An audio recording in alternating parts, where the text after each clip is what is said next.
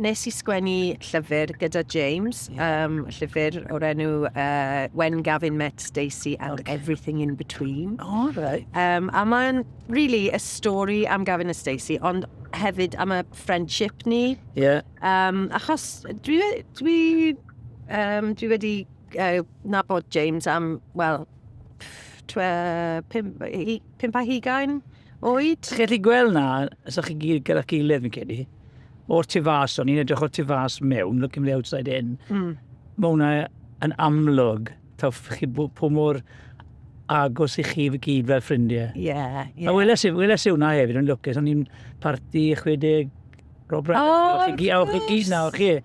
Ydych chi gweld pwy mor neis o'ch eich gilydd. Dwi'n credu bod ni'n fel chwaer a brawd. Dwi'n really dwlu ar James. I get on his nerves. He gets on mine, but I absolutely love him and I will defend him to the hilt, you know. So beth sy'n digwydd yn y shows in? Achos mae James yn America ar hyn o bryd. O'n i'n meddwl na, mae'n anodd ydw i. Well, yeah, i wneud play ar Broadway. Art he's doing. A felly, doedd dim digon o'r amser i wneud lot o digwyddiadau gyda'r llyfr. Okay. Felly, nes i wneud y penderfyniad i wneud just un digwyddiad. Wel, 2 digwyddiad, ond yn y Palladium yn Llundain.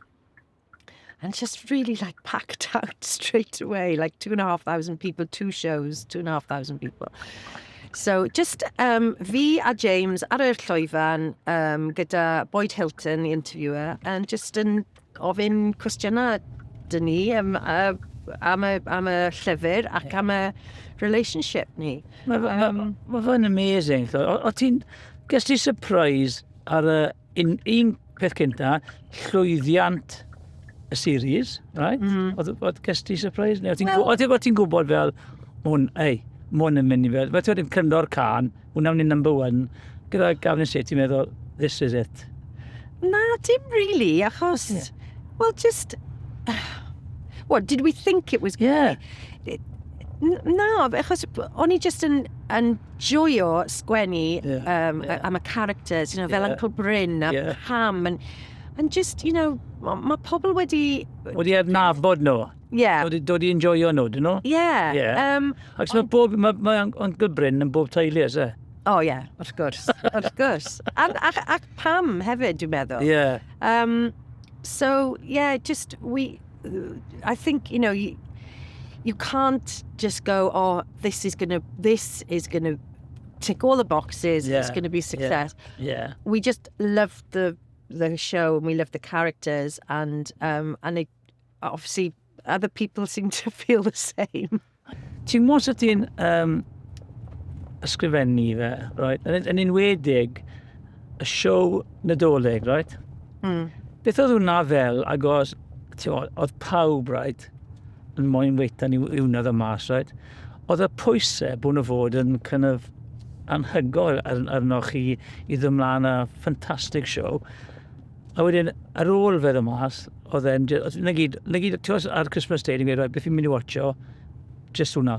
A fi'n credu oedd, nath pawb yr un peth, fi'n credu agos faint o viewers gesach chi.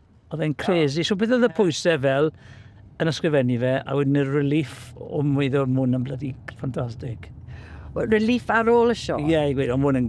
Ie, achos... Ar ôl y special Nadolig yn 2019, you know, roedd y figures yn ffantastig, like 18 million. Hwna'n amazing nawr, ti'n gwybod,